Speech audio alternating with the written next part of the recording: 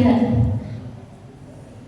Jujur saja, pada saat sekarang ini musuh terbesar kita namanya distraksi. Kita mudah terpengaruh, dan puasa itu seperti firewall atau pengaman. Ketika kita sedang berpuasa, kita lagi latihan mengatakan tidak ke hal-hal yang bisa merugikan kita, yang bisa membuat kita lupa waktu, lupa sholat, bahkan lupa mandi. Para jamaah yang insya Allah dimuliakan oleh Allah, zaman sekarang ini kisah tidak hanya di mulut, tetapi ada di jempol. Banyak orang berpuasa, perutnya lapar, tapi jempolnya tetap kenyang. Kenyang ngetik komentar julid atau nyebar hoax di grup WhatsApp. Padahal perisai puasa itu fungsinya untuk menangkis itu semua. Percuma kita menahan haus kalau kita masih hobi minum darah saudara sendiri lewat ghibah. Rasulullah sudah ingatkan kita, kalau ada seseorang yang memancing keributan, katakanlah, inni shaimun, aku sedang berpuasa.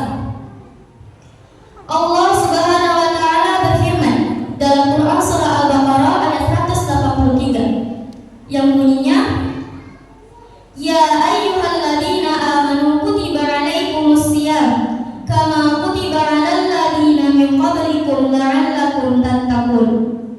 Wahai orang-orang yang beriman, diwajibkan atas kamu berpuasa sebagaimana diwajibkan atas orang-orang sebelum kamu agar kamu bertakwa.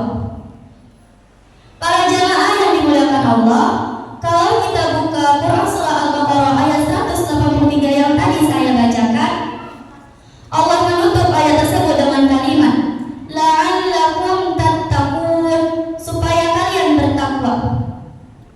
Nah, kata takwa itu satu akar dengan kata wiqayah yang artinya perlindungan atau benteng. Jadi tujuan akhir dari puasa kita adalah untuk membentuk sistem keamanan di dalam diri. Inilah kenapa Rasulullah Shallallahu Alaihi Wasallam kembali menegaskan lewat sabdanya, asyamu junnatun, puasa itu adalah perisai. Jadi hubungannya jelas. Allah kasih kita latihan puasa, hasilnya adalah takwa.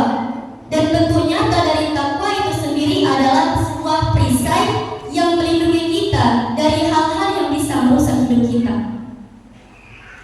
Puasa itu perisai di dua alam. Di dunia perisai dari dosa, dan di akhirat perisai dari siksa.